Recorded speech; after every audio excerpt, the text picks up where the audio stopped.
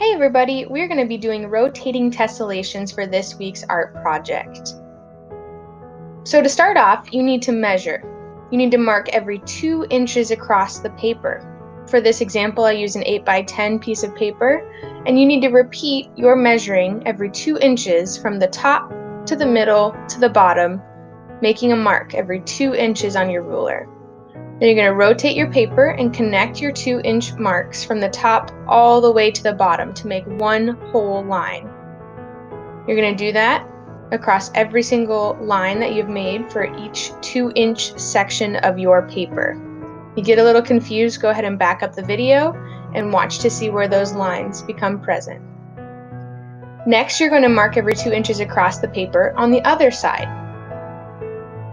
You're going to do that once again at the bottom, the middle, and then the top.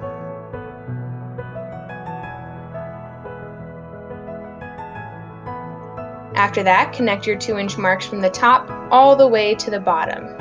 After this, you should have a checkerboard pattern of squares 2 inches by 2 inches across your entire sheet of paper. Remember, I used an 8-inch by 10-inch sheet of paper. Next, you're going to measure a 2-inch by 2-inch box on a separate sheet of paper.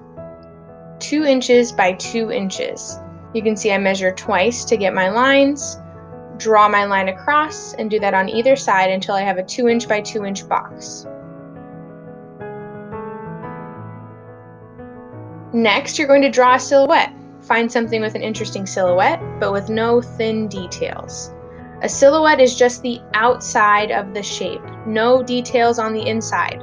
And I chose an object that makes me smile. It's a bee. So to draw your silhouette, find something with an interesting silhouette, but no thin details. So you can see with the object that I drew, I decided not to include the legs. I want to get the overall silhouette, but not small details. Only draw the details on the outside, no textures or other details on the inside, because we're going to be using this as our own template. So next you need to cut out the paper and go around your lines, so you can cut yourself a template for our project. We're going to use this to trace a continuous shape across our paper.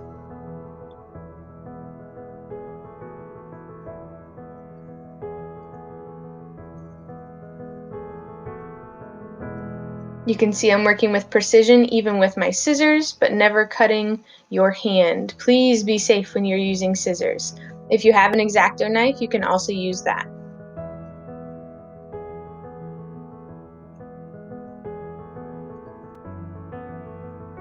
Next, you're going to draw on a separate sheet of paper. Trace your template paper with a square around it. This can be our key, and we'll get into that here in a second.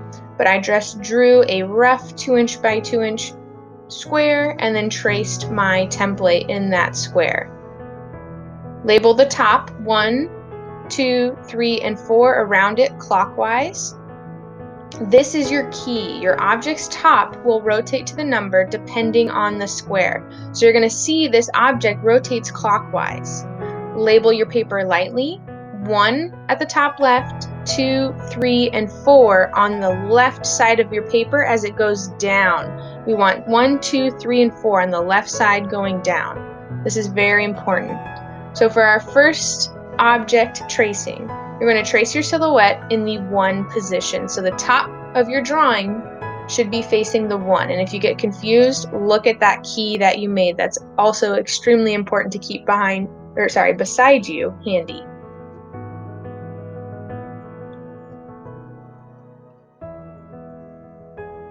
Next, you're going to rotate your silhouette to the 2nd position. The top of your object should now be facing the 2 on your key. We are going to continue to rotate clockwise. Just the way that a clock hand rotates, that's clockwise. So rotate your silhouette clockwise to the 3 position.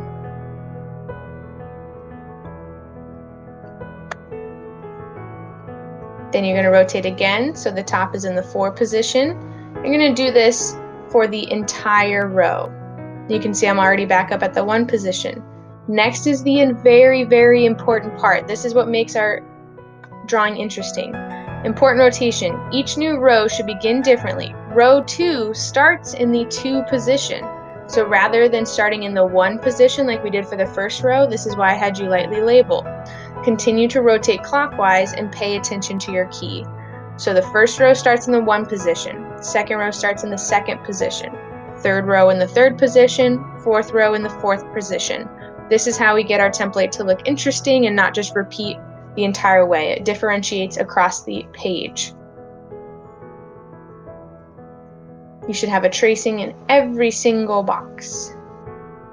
Next, you need to sample your color scheme. On a separate sheet of paper, you need to choose whether or not you're going to have a primary or a secondary color scheme. Remember, primary is red, blue, yellow, and secondary is orange, purple, green.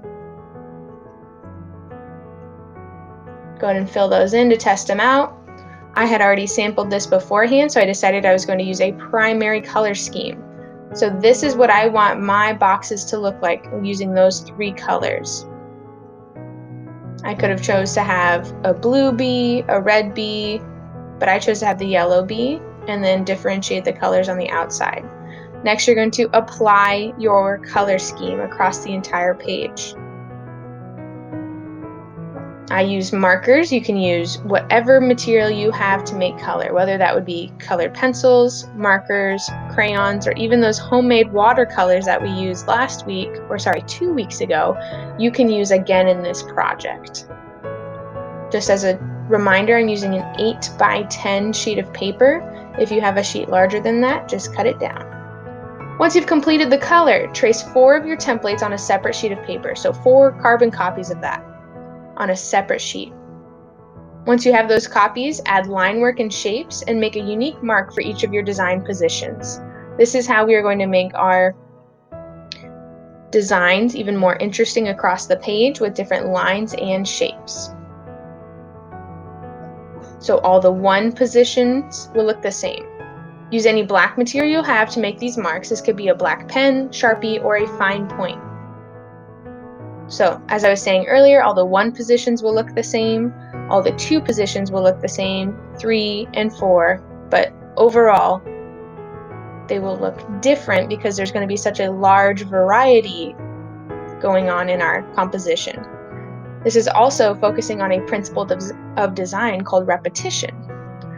Add different line qualities, add thick, thin, and large dark areas for contrast. So you can see my entire piece has a lot of detail. When you're at this point, photograph and turn it in. And don't forget to enjoy your artwork. Thank you for watching. I'm going to go drink some coffee.